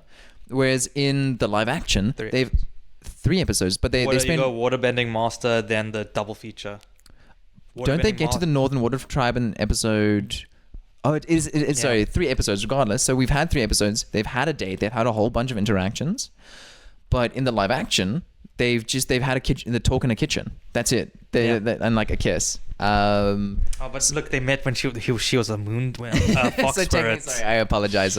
So it's just, it doesn't have the same like weight to it. Once again, it's just like whatever. But yeah, so then in the live action, Aang is rampaging like in the cartoon. Zhao and Zuko are having a face-off while that's happening in the background because Zuko's angry that that Zhao has taken his quarry away from him, all this kind of stuff, and they're having a big old fight. And then what Zhao says, your daddy doesn't love you. Yeah, he's like, who do you think helped me? It's like, well, he's like basically revealing Azula, the mastermind behind all of his actions moves in the live action. And he was like, your dad just uses you to spur Azula on. Correct. Yeah. So just like a whole like mental thing. Which also him saying that doesn't make sense from what we've seen. The interactions between Azula and Ozai don't speak to that really. Yeah. There's been hints at it, but it's been like contrary to how like all the dialogue goes and how much they hit you with that kind of shit. They haven't shown us enough to tell us that there is this weird like game being played. Yeah. Regardless, they have that fight. Zhao tells Zuko his daddy doesn't love him, whatever. Zuko starts walking away. Zhao then tries to like fire whip him, and Iroh burns him to a crisp. Yeah. Which makes like, that doesn't make sense. Like, it doesn't make sense that Iroh would do that. Look, taking away the moon spirit specifically going after Zhao, and Zuko then trying to help Zhao to, because Zuko's genuinely a good person. Yeah. It just ruined so many things. It was just so needless, I guess. Yeah. Regardless, they like you said in the context, like we think about, okay, you made this change. Why did you make this change? What are you trying to improve or say? And when you can't figure that out, you're just like, why did you make this change then? There is an argument to be made like that. Yeah, Zuko was angry with Zhao for taking away his quarry, taking away his like chance of getting home, all that kind of bullshit, and then Zuko not finishing him off, and then Iroh defending the person that essentially is his son but Iroh, it doesn't make sense that he would burn a human to a crisp. Yeah, that's it. Because also a firebender. Yeah, Iroh has become a pacifist after the failed capture of Ba Sing Se. In the cartoon. He loses his son. He fails, or he abandons the siege of Ba Sing Se after losing his son. He's okay with not being the new Fire Lord, basically, because of his depression. Yeah, so he becomes a pacifist, starts becoming quite enlightened, and is just like such a good spiritual guide for everyone. Yes. All the children in the show are at some point given guidance by Iroh. There's been a couple interactions between Iroh and other characters, but for the most part, it's just him and Zuko, and he's just been too active, I guess. He tells Zuko what he has to do, when he has to do it. He attacks other people. He's very forceful in his opinions and shit, and it just doesn't make sense. I don't understand why they changed the character to be like that. Well, I guess we'll have to see. I do want to also say we are kind of haters. We are very much comparing the cartoon. Let's wrap up episode 8 quickly. Yes. We get the fall of Omashu, which is not like the series, which is Azula leads the force that takes over Omashu. Where in the cartoon they come to invade, and Boomy's like, "No, it's fine. They can take it." Because Boomy generally is a very smart person, and he knows he surrendered the city. Yeah, it's much easier to surrender, save all the lives, because he knows he's powerful enough to take it back when the time is right. Correct. And what other big changes were in episode 8? So that was really it. No. Okay. Well, the red and grey filter. Oh, dude, what the? When the moon spirit was getting killed, it just kept flashing between different colors, and I was like, I understand the red part because the moon's gone. Yeah. Why was it grey? Why did I go colorblind? I don't understand. I also found, once again, there's a whole thing of not having enough time with different characters. But when the assault on the city is beginning, Katara runs to Parker and is like, "You have to let us women fight." He's like, whatever. Okay. And he just goes, but so we get to this part where she says, "Let us fight," or we can fight. And then Parker's like, "Who? Wait, we?" And the camera pans to a group of women standing in rows, just all looking at Parku. And I'm like, okay, this is kind of cool, but they haven't been trained to fight. They haven't been trained to fight. They also haven't there hasn't been enough interactions between Katara and Parku, or there hasn't been a thing of Parku actually getting humbled at all, and by a woman. And all these women that we see, we haven't ever seen them before. If there was more, I just wanted more. Yeah. Showing us Katara and standing up for the woman of the northern and southern water tribe. Exactly. It's so frustrating that there isn't enough foreshadowing. There isn't enough of showing us why things happen throughout the show. And it's been such a constant of them just trying to shove so much in, and as a result, all the emotional moments don't land as hard as they possibly could. Also, Aang doesn't get taught. Aang doesn't learn any water. Okay, so let's say we've done our episode discussion. Okay, how much time have we done, by the way? Hour 15. Hour 15. We can wrap it up in 15 minutes, I think. Okay, so that's episode by episode. I think we jumped around a fair bit. I do just want to have a 5-minute rant about the visuals of the show. You said that you liked the bending, and I think a lot of the times the bending does look good. I genuinely think the VFX effects, were really good. They go above and beyond what I thought was going to happen, and especially comparing it to the previous live action, the M. Night Shyamalan one, they do everything very well. Like the earth bending, has the earth, you can feel, like I said before, with the air, you feel the weight of the air, you can feel the weight of the earth. You can really feel when they're bending that they are lifting a huge piece of earth, or when they're dividing it up, it's very responsive to their movements. And all in all, I think with the actions they did, with the actors' actions of bending and the actual effects worked really well together to create a superior product that we haven't seen before. Okay, so VFX, I think not criticism, praise where praise is due. The VFX team did a pretty good job. I think also when they showed landscape shots of cities and environments, you do feel like this is the Avatar world. Yeah, I think that was done very well. But that's not what I'm talking about when I talk about visuals. I'm talking about the depth of field. Anytime any character was on screen, there was just this really intense depth of field that made anything past the character blurry. when I'm looking at you, right, the stuff around you will be out of focus, but not to this insane degree. It made it feel so weird. And then the lighting also made every character perfectly framed. It didn't feel realistic. It didn't feel like natural at all. And remember when we talked about like the wigs and some of the like makeup and so on? A character, like let's say Aang, he would be in a close quarters combat fight with a firebender.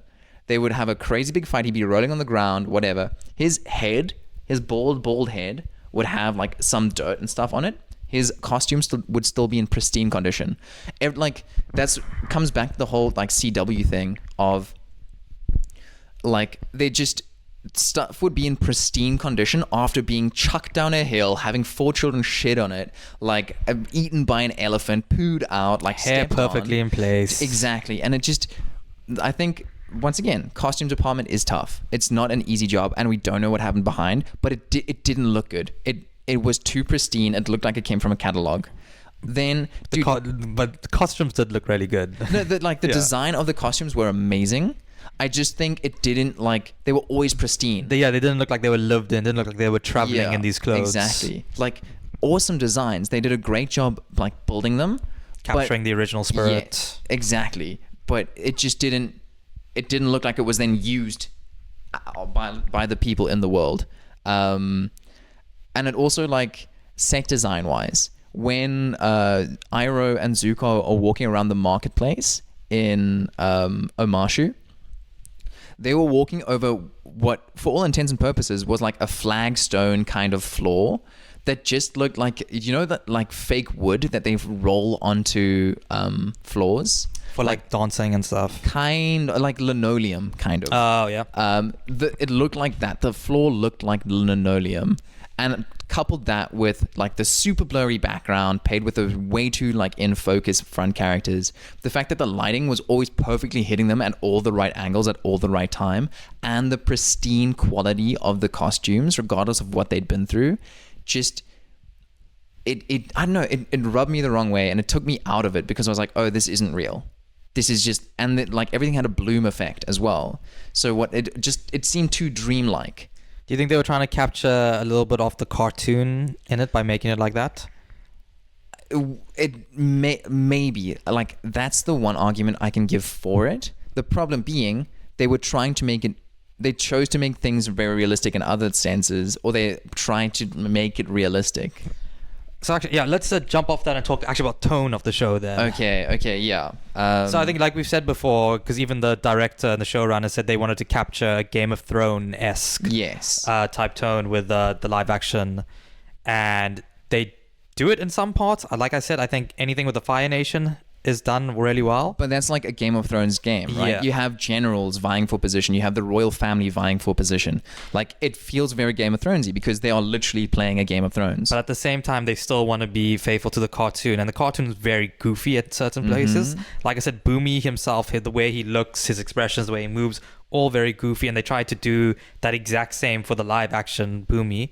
And I think the actor of Boomy did a very good job replicating, he did service to what they wanted from the live action. He was a good bad guy in a sense. Yes, but like I'm saying, if you wanted to do a Game of Thrones-esque and have that seriousness, Boomy's not that character. Yeah. Well, you can do Boomy, but you shouldn't be doing a one-for-one with how he is.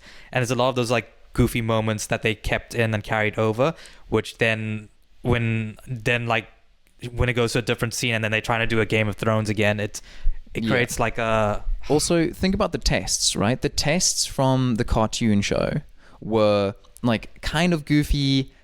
They were stakes, but it wasn't crazy. It was just all about having Aang change the way he thought about stuff, right? With the final test being Boomy asking like, oh, what is my...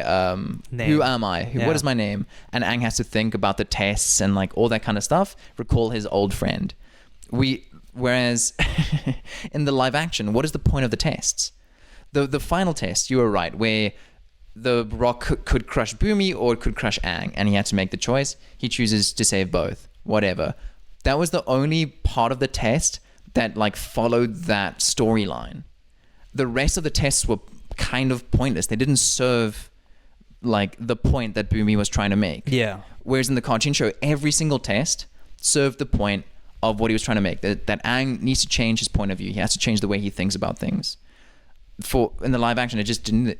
Sorry, I'm getting so worked up talking about it that I'm like mumbling my words now. So we should also add, with those two tones, watching it, they've added a third tone, which we've mentioned numerous times. And any times they try to do any romance, it becomes a CW type show. Yeah, it's very clunky. Yeah. The romance is done very, very clunky.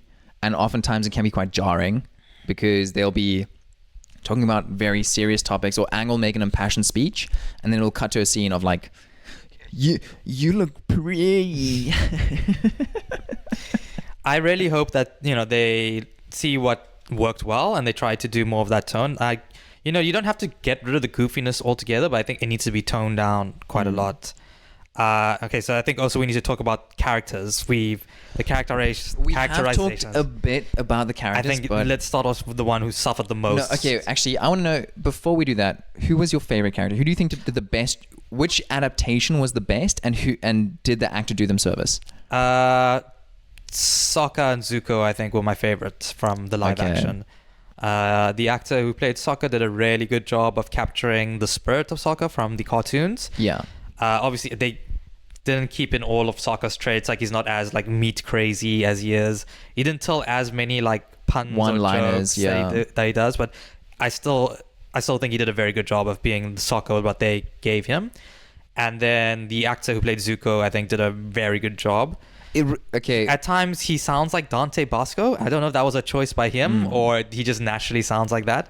I think like the cool part, like once again, the writers are what kind of like, or the story and writing is what the show. The dialogue is so clunky. I think all the actors were really well cast in general. I think looks wise, the characters like were, for the most part, very good. The fact that Zuko was still able to carry out pretty good acting, like even taking into account the wackiness of the lines that he had to say and the way that every like conversation with people went, I think speaks volumes. I would agree with you on those two. I think Aang, bad adaptation. We didn't get both sides of his character, but the actor that played him, it's called something with a C. I think he did a good job, and at times there was like, oh, that's Aang. Like there were just a few moments here and there was like, oh, that's Aang. I think like times when like he was talking to like Katara and giving her like advice, what he would do when he'd pull at like on the experience of living in the monastery and he'd use some of that advice with her, right. And you get that Aang in those moments. I think also June was pretty good. Oh yeah, incredible. Yeah, she was made for that role. Okay, yeah. I think so. Those are the highlights in terms of characters. Daddy Day-Lewis. Daniel Day-Lewis. Also, Daniel Day Kim. You fucker. Oh, sorry, I was thinking of that. I think very good actor. It came across as too fatherly and kind at times. I don't know. Once again, I don't know if that's story or if that was actor's choice or direction. I think it's story because look, he, like I said in the war room, he's asking for Zuko's advice. He comes into the room and he's not like as angry as you'd expect he would be from, or cold. I think the biggest thing he was missing was coldness. There's a disappointment, definitely, but I think you're right. Yeah, there's no like coldness or like resentment towards Zuko because he also blames Zuko for losing his wife. Yeah. So because that's a whole nother thing. We'll see if they eventually cover that properly. But for now, like there needs to be more like an Illuminati reptilian person element to him, and it didn't come across. I like the choice of having him be in season 1 instead of having it like the cartoon and just having him being the shadowy figure. But then I don't think they did enough with him by having him from the beginning. Okay. Then on to the biggest disappointment. I can tell you off the bat, my biggest disappointment, I don't think they did a bad job, but my biggest disappointment was Uncle Iroh, hands down. Uncle Iroh was just mischaracterized, and the dialogue and the way the writers treated him as a character just made me so sad. My girlfriend as well, that was generally her biggest disappointment. Yeah, the voice that he put on for Iroh, I didn't enjoy it. But I don't know if that's also because with Zuko's actor sounding so close to Dante Basco, like I just always expect the general Iroh voice to come straight after. Yes, but like it's also the delivery of the lines. It's weird. It was very weird. And once again, mine come down to writing, but it's also like Iroh's, well, Marco, right? Marco as the voice actor of Iroh, and then the person that took over after him, Yeah, was always like peace. it was so like patient. I can't say like he was so patient and slow and measured when he talked. It kind of sounded like the actor for Iroh in the live action was barking the lines. Yeah. He's like had like a very like grandiose voice when when Iroh's talking. Which is like I wonder if he's trying to like play more into the jovial part of Iroh. But then every time he talked, he wasn't very jovial as a character in the show. That was what I'm saying. I wonder if like doing that voice is him trying to be jovial. But it just maybe too many different vibes conflicting. It didn't work out for me. I think Aang was my biggest disappointment. Really? I mean, we talked about this a little bit in his introduction, but he isn't a goofy kid. He's not trying to be a kid. When he initially when he runs away from the monastery, is because he doesn't want these responsibilities at all. He wants to be a kid.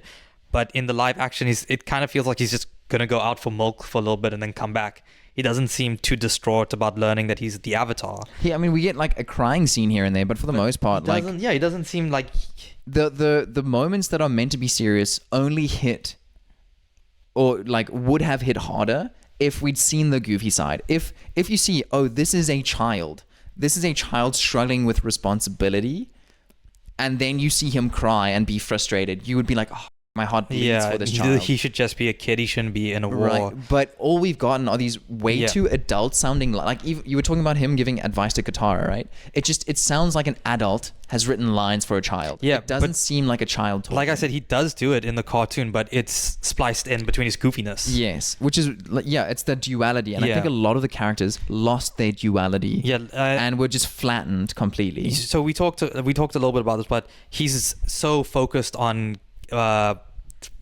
finding out about how to be the Avatar, compared to in the cartoon where he doesn't want to. Every time they go to somewhere, every episode when they go to a new island, a new place, it's him wanting to do something kid-like. So like you mentioned, for when he wants to go to the Kyoshi Island because he wants to ride that elephant koi, and he wants to stay there longer so he can like show ride off the high, ride the serpent. When he goes to Omashu, the only reason he wants to go to Omashu so he can ride the delivery system that they have there. And all these places that they go to throughout the series is him goofing off and not taking his responsibility seriously. Which is why, what do you call Zuko's book again? The Book of Convenience. The Book of Convenience. It guided their path, as opposed to Aang's goofiness, which is just removed. He's like, we're going to Kyoshi Island because in Zuko's book, this is where the Temple of Kyoshi is and we can learn stuff there. Oh, now we're going to go here because in the book, you can learn about this avatar here, and they use the book. It's frustrating. I question so often why changes were made. I think the one more thing I'd like to say about the dialogue and between characters is it's written like Skyrim NPCs. Like genuinely, I did a role play with my girlfriend earlier. I was like, okay, babe, ask me like how I'm doing. Okay, so pretend you are the Skyrim main character. You're walking into a tavern and I'm sitting there. I'm like an interactable NPC. Ask me a question, like a one-line simple question. What do you recommend? That is a tough question. Many years ago, my wife talked to me before the war. You remember the war, right? She talked to me and said, the violet drop was my favorite drink. Why is it my favorite drink? It's because before the war, have I mentioned the war? And I can't even talk, dude. It's just so frustrating to think about the fact that every time people talk to each other was just a chance to give more exposition. There was so much expositional talk in the show, and it made it so tough to listen to people talk to each other because it might as well have been a podcast, like talking about the history of the show. Sorry, I just wanted to ask your opinion. What do you think they're doing with Azula? Okay. Because her characterization is so different from the live action to the cartoon, where I have no idea what direction they want to take her in. I I think she was a bit miscast. I gotta be honest, because she seems too much like a friendly kid. Yes, who wants a dad's. Yes, she need like. I think Azula should have been cast like someone that's incredibly like gaunt, and they look like they're permanently frowning. Okay, Like, I think let's talk about Azula in the cartoon just so people know a bit more. But in the cartoon, she's a prodigy. Prodigy. Prodigy. She has blue fire. That's how good she's at like you see it firebending. every now and then when she was doing a practicing, it would turn like blue for a second. But she's had blue fire from a young age. Yeah. She's incredibly smart. She's manipulative, which we do see where she infiltrates the earthbending assassination attempt. But so the live action Azula, her voice, dude, the voice actor that did Azula in the cartoon, her voice is so like insidious. Like it has it's this so like menacing. It sounds like a snake. Yeah, genuinely. Yes, 100%. It's so snake-like, and unfortunately, the live action Azula, it doesn't have that quality. Well, it doesn't have that snake-like quality that makes you think, oh. She's supposed to be a 14-year-old girl. Well, she is a 14-year-old girl in the cartoon, and I guess you can't really get that across your normal 14-year-old girl. But it technically Azula was like the second. She was more of a big bad to me than Fire Lord Ozai. Yes, especially in season 2. She was way more present. She was constantly hamstringing all kinds of things. She was manipulating and planning coups and all doing so much to work against Team Avatar. And I can't imagine live action Azula doing that. Right. She just seems like she wants daddy's approval. Where in the cartoon she's a proper villainess, like a badass villainess who can accomplish all these things. And Ozai adores his daughter in the cartoon. Correct. Like he knows what she's capable of, and like he sees himself in her, and that's why they have such a great relationship. I guess it is a toxic relationship still, but it's better than what he has with Zuko. Right. But in this one, it just seems like, sure. Yeah, which is so unfortunately, I think that was a miscasting, or it could just be. Once again, I think a lot of the cast is quite young, a lot of place to grow, but at the same time, I don't want my beloved childhood show to be something that is just used to train actors. Like it makes me sad. I think so. Overall, let's kind of jump around to like overall rating of the show. Right, just final thoughts. How do you feel about it? I think as an Avatar fan watching it, I'd give it like a 6.4, 6.5. Okay. I think if there was somebody coming in and this is a brand new, I think 7.7. I think I really think somebody who's never watched Avatar has no knowledge of the Avatar series. No attachment. Attachment, would actually very much enjoy it. And actually, I was speaking to a coworker about this, where her first introduction to Avatar was M. Night Shyamalan's, and she loved the concept and everything of that show so much, but she only watched the original cartoon 4 years later. And she was like, yeah, after watching, she's like, yeah, the cartoon is superior to what I watched, but it was the concepts that I was introduced to in the movie got me interested enough to eventually one day want to check out the original. Okay. And I think it's going to be the same with the live action. So I would actually put the live action. I tried my hardest to try and separate like my near fanaticism about the show, and I would put it at a 7. I think it's enjoyable. I think it has quite a lot of flaws, but a lot of those flaws come from me comparing it, and I think the pacing is such an issue. The dialogue and the pacing of the show is what hamstrings it the most. That's its biggest flaws, and that comes down to writing and production. But on faithfulness, I genuinely put it at like a 2 out of 10. Really? I think the big concepts they've maintained, but I don't think they remain faithful to a lot of the characters. They didn't remain faithful to a lot of like the story beats, and because they rushed it so much, it didn't give everything the right amount of time that it deserved. But I think you are being like really harsh. If you could try to figure out and seperate it and think of it as a new fan. I tried so hard.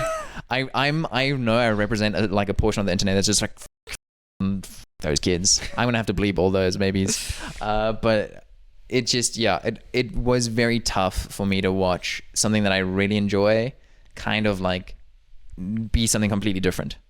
But if you had to choose between watching the cartoon and the live action, I would say watch the cartoon. No, 100% watch the cartoon. But I if think this is your gateway, yeah, sure, do it. I don't think it's going to be a classic though. So if we think about the cartoon, people are still making video essays. It's still an absolute like pop culture classic. The live action, just based on the first season, the first book, I don't see it entering that like god tier status of a show. Okay, I think to close this out, let's say what would you want from season 2? What would bring it up and make it better for you for season 2? I think having more episodes, like just giving more time. A lot of the times I questioned why things were done or whatever. If you had more time and more character development to like explain, I guess, character motivation and have deeper ties between Team Avatar. I didn't feel like they were friends at the end of the first season. It just it feels like a lot of stuff must have happened. Yeah, like they just say, "Hey, we're friends, we're family." Really? Oh, yeah. Katara was at the her final speech was like, "Oh, we're family." I'm like, I didn't know that. You were passed out for one episode, like, yeah. So just I want there to be more small moments, like I talked about with Zuko coming back to the ship after episode 5, or like in episode 5 and 6 or something. No, never. You're not gonna get another moment like that. Just because the writers who are attached to that are not going to come back. Yeah, because the original creators of the show are not going to return for season 2. I think for me, I am okay with them doing what they did for season 1 of season 2, more or less. I would like for them not to have Toph not make blind jokes. I mean, to keep her making blind jokes, because I feel like they're going to be like, she can't do that. The Netflixization of shows is it's very apparent. Yeah, Toph uses her blind jokes as a weapon, where it should be something that makes that she should be uncomfortable with, and she uses as a weapon to make everybody else feel uncomfortable. Dude, his stage name is the Blind Bandit. Yeah, she is a great character, and I really hope they stay true to her. Then the second thing I think they should do to make it a classic, a god tier, is to give me Zuko Katara canon. No, I want my Zutara. Okay. This is the only place I might get it. So I constantly go and read fan fictions for Zutara. They are the perfect couple. It should have been them. Thank you very much. I will. Do you know what? I've thought about this a lot as well. Do you know Korra would have suited the style of storytelling in terms of a show that needed rewriting and reworking? Korra had a lot of gaps because of production and like issues with Nickelodeon at the time. So having the opportunity to go back, fix mistakes, it has a lot more romance and CW-esque kind of moments anyways. So it would have suited this format a lot better, I think. Honestly, I understand where you come from, but I wouldn't have even done either of them as a live action. I would have chosen one of the previous avatars, preferably Kyoshi, and done a story around Avatar Kyoshi. Why change things? Why not add to the world? Yeah. And that speaks to, once again, that little moment with Zuko, right? With the 41st Regiment. It was extra information that added to the story, right? It didn't change anything. It just helped build the world even further. And I think that's what we would have wanted from a live action in general. But yeah, I don't really have... We talked a lot. Yeah, we did. I think, if anybody at home has their opinions, leave it in the comments. Actually, yeah. Don't just leave it up to us telling you, draw your own opinions. We have two brains, but look, they don't function 100% of the time.